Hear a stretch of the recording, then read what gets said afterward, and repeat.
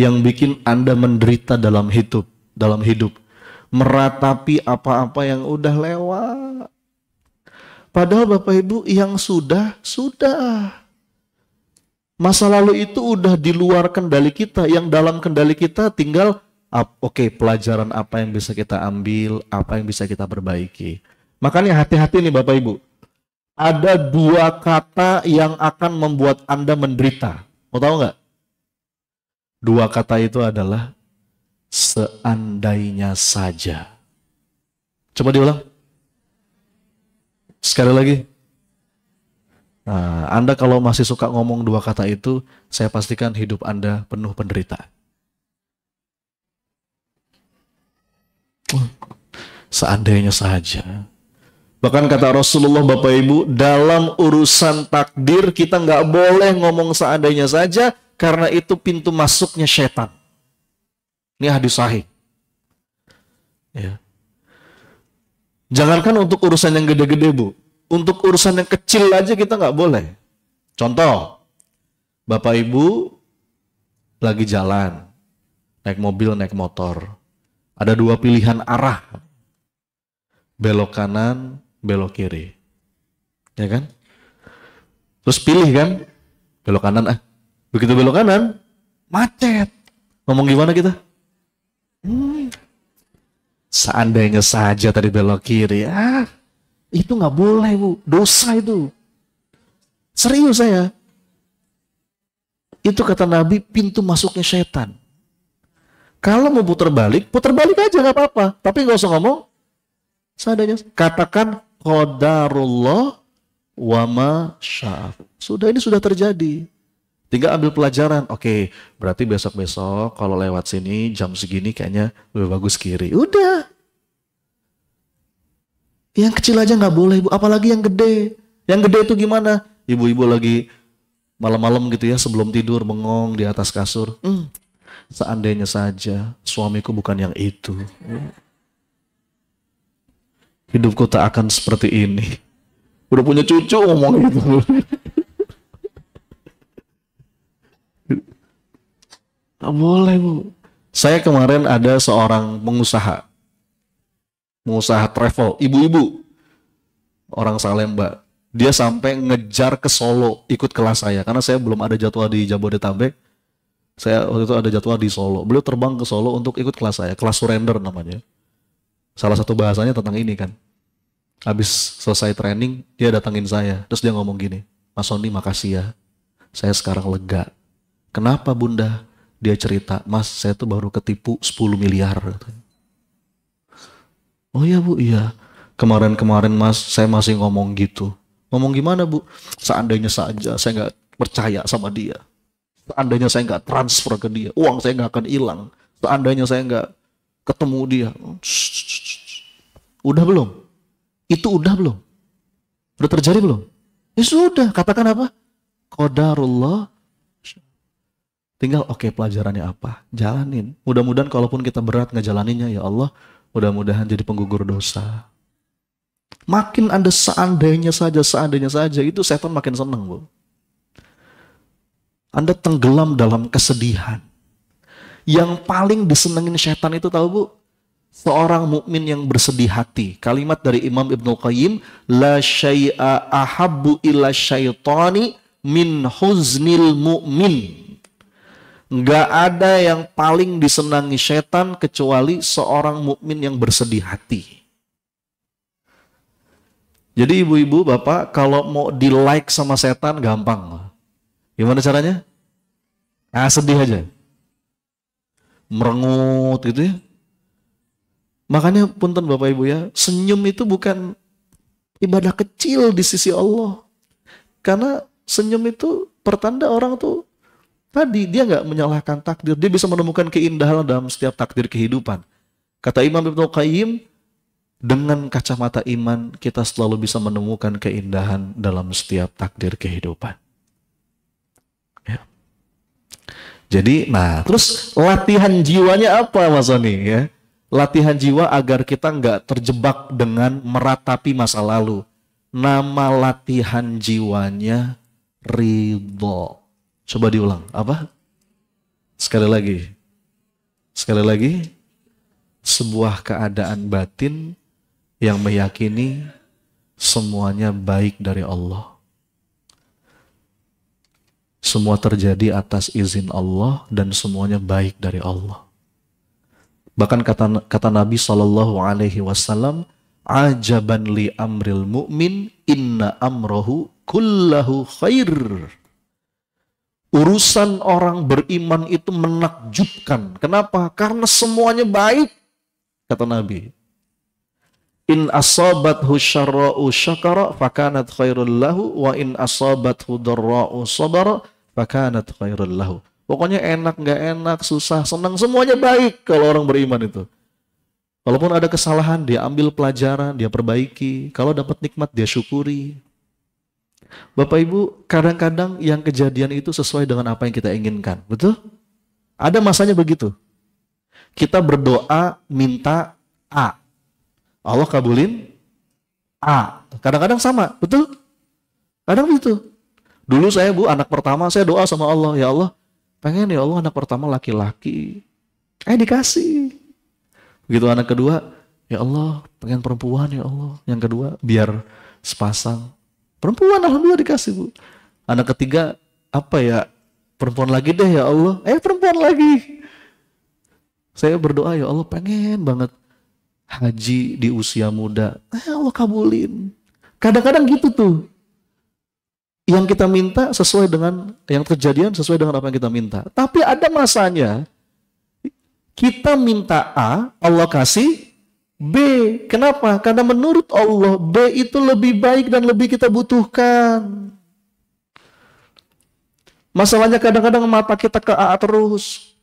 A ya Allah. Pokoknya A. Kamu yang lain. Istiqorohnya gini, ya Allah, jika dia baik, jodohkan kami ya Allah. Jika dia nggak baik, perbaiki dia ya Allah. Itu bukan istiqoroh.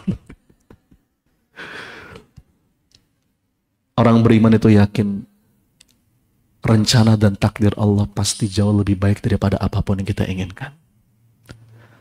Dalilnya telak, Bu.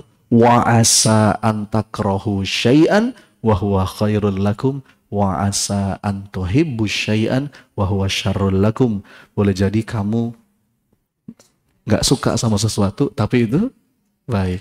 Boleh jadi kamu suka sama sesuatu tapi itu buruk. Wallahu ya'lamu wa antum la ta'lamun. Kamu nggak tahu, Allah yang tahu. Jadi jangan sok. Dan punten Bapak Ibu ya, ini butuh latihan, Bu. Kata para ulama, ibadah hati ridho itu, ini serius nih, ini penting nih saya sampaikan. Ini bukan kata saya, para ulama yang ngomong. Ibadah hati ridho itu bobotnya di sisi Allah bisa lebih berat daripada sholat malam. Bahkan dibandingkan ibadah sunnah apapun. Coba saya nanya, Bapak Ibu, ibadah sunnah yang paling top itu apa? Nah, tahajud kan? Apa lagi? Duha, apa lagi? Puasa Daud, Senin Kamis gitu kan? Apa lagi? Rawatib, umroh sunnah kan? Kata para ulama, ibadah hati yang ridho itu bobotnya bahkan bisa lebih berat di sisi Allah dibandingkan ibadah sunnah apapun. Makanya kadang-kadang Pak, punten ini, kita tuh nggak bisa menjudge orang. Ada orang yang nampaknya nggak soleh-soleh amat gitu ya. Biasa aja ibadahnya, yang wajib aja palingan gitu. Yang sunnah ya standar lah gitu. Nggak soleh-soleh amat. Tapi boleh jadi Bapak Ibu, dia itu punya kedudukan mulia di sisi Allah. Lantaran apa? Hatinya tuh, Bu, ridho. Gak pernah ngeluh hidupnya. Gede itu nilainya di sisi Allah. Ya. Bangun tidur tuh ya Allah, alhamdulillah. Makanya salah satu doa yang dicintai oleh Allah itu, yang itu tuh, yang setiap pagi petang kita baca. Yang mana? Raditu billahi rabbah bil Islami dina Muhammadin. Bapak Ibu udah hafal doa ini kan? Dari TK kan? Kita bukan anak TK kan? Kalau bukan anak TK, jangan cuma hafal, hayati. Ibu TK berapa sekarang? Hayat nih, raditu billahi robba itu artinya apa? Ya Rob, hamba ridho, engkau Rob hamba yang mengatur segala urusan hamba. Ketika satu momen yang terjadi mungkin gak sesuai dengan apa yang kita harapkan, yang terucap dari lisan seorang hamba, raditu billahi rabb. Itu doa dahsyat Bapak Ibu. Kadang-kadang kita cuma ngucap tapi gak dihayati. Ya. Dan seseorang itu Bu akan mudah ridho kalau dia berharap diridhoi sama Allah. Makanya ayatnya radhiyallahu anhum wa radu'an. Puncak pencapaian seorang hamba itu kapan? Saat dia ridho kepada Allah dan Allah pun ridho kepadanya. Radiyatan mardiyah. Ya, kayak doanya Nabi Bu. Lihat ya Bu, Nabi Rasulullah pernah nggak Bu ngerasa sedih dalam hidupnya? Pernah. Sampai dikasih nama sama para ulama tahun kesedihan. Amul Huzni. Itu ada peristiwa apa tuh? Yang pertama ditinggal sama siapa? Istrinya Khadijah. Bu, Rasul tuh cinta banget sama Khadijah. Rasul manusia. Wajar kalau Rasul sedih. Sedih Bu. Yang selama ini mendukung, menguatkan kalau Rasul lagi agak down. Takdir Allah dipanggil duluan. Sedih. Peristiwa kedua, ditinggal sama pamannya Abu Thalib, meninggal bahkan belum beriman. Sedih Rasulullah. Hidayah di tangan Allah, tapi Rasul sedih gitu. Terus di tahun yang sama Rasul berdakwah ke Taif, dilempari batu berdarah-darah. Aduh, perih Bu. Kita dilempari komentar netizen aja sakit ya Bu. Ini batu betul. Ya Allah. Dan Rasul berdoa begini Bu, ini lihat ya doanya ya. Duh, manis banget doa ini tuh. Kata Nabi, ini beliau berdoa di Taif. Ya. Ini kalau kita cerita ini di Taif asik nih. Semoga kita bisa umroh haji bareng ya. Amin. Fa illam takun alayya ghadabun fala ubali lakal utbah hatta tardo. Kalimat akhirnya lakal utbah hatta tardo. Itu doa Rasulullah ucapkan dalam keadaan hati yang terluka, pedih, baru ditinggal istri, ditinggal paman, dihinakan oleh manusia. Apa kata Nabi? Kalau terjemahan bebasnya gini Bu, gak apa-apa ya Allah, mangga ya Allah, asal engkau ridho, aku ridho. Ambil semua yang kau mau ambil ya Allah, tinggalkan apa yang hendak engkau tinggalkan ya Allah. Kaya, miskin, sehat, sakit, dipuji, dicaci, dideketin, dijauhin, mendapatkan atau kehilangan. Asal satu aja ya Allah, engkau maafin aku. Engkau makin sayang sama aku, engkau ridhoi aku, maka aku pun ridho ya Allah.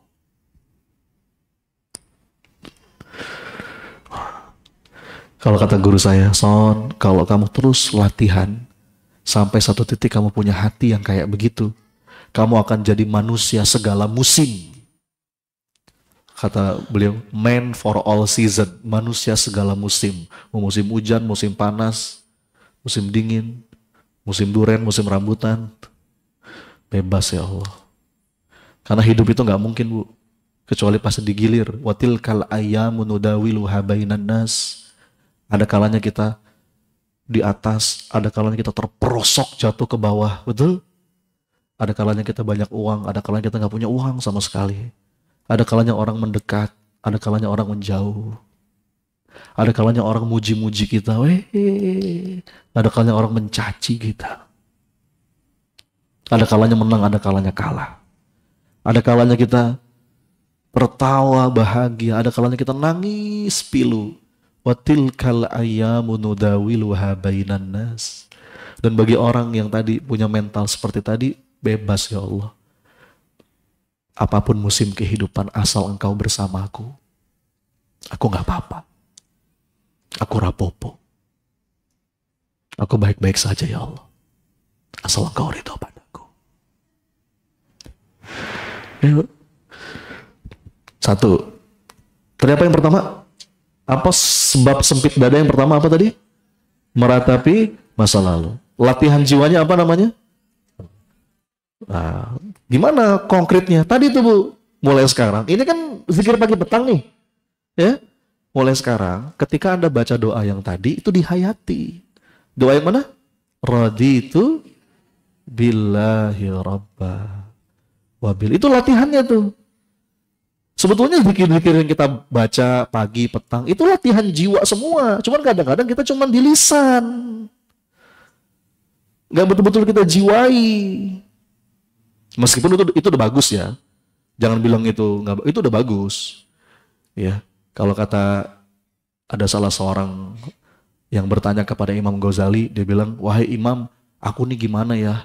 Aku tuh zikir sih, tapi hatiku lalai. Kata Imam Ghazali, nggak apa-apa, teruskan. Lebih baik hatimu lalai dalam keadaan berzikir daripada dalam keadaan yang lain. Jadi meskipun kita baca doang nggak pakai hati, itu udah bagus. Tapi kan kita pengen naik level, ya nggak? Kita bukan anak TK lagi. Ya. Tadi kan saya tanya, ibu TK berapa? Ya. Kalau sudah seumur kita gini, hayati. Tiap pagi, tiap petang tuh. Apapun yang terjadi, raditu billahi rabba wa bil islami dina wa bi Muhammadin sallallahu alaihi wasallam nabiyya wa rasulah. Ya. Apalagi kalau kita sering berdoa minta ridhonya Allah. Allahumma inni as'aluka ridhoka wal jannah. Terus wa'udzubika min sakhatika wan nar. Jadi lawannya ridho itu Bu, sakhot. Sakhot itu marah, murka. Kan Allahumma inni as'aluka ridhoka wal jannah wa na'udzubika min sakhot. Sakhot itu lawannya ridho, marah, murka terhadap keadaan. Ya, menyalahkan keadaan. Ini gara-gara dia, gara-gara dia, gara-gara dia. Semua orang salah, kecuali dirinya sendiri. Prinsip hidupnya SOSKS. Apa itu? Semua orang salah kecuali saya. Gak akan ketemu yang namanya kelapangan dada kalau kayak gitu. Justru lapang dada itu baru ketemu saat kita mau nunjuk diri sendiri. Kayak Nabi Adam. Rabbana zolamna anfusana. Atau Nabi Yunus, subhanaka inni kuntu minadh-dhalimin. Jadi latihannya namanya latihan ridho. Gak apa-apa walaupun baru di mulut, tapi pelan-pelan masukin ke dalam hati. Respon pertama kita ketika ada sebuah keadaan yang itu mungkin gak sesuai harapan. Yang pertama, qadarullah wa masya'afa'al. Mungkin innalillah wa inna ilaihi raji'un. Habis itu, raditu billahi rabba wabil islami dina wabi Muhammadin sallallahu alaihi wasallam nabiyya wa rasul.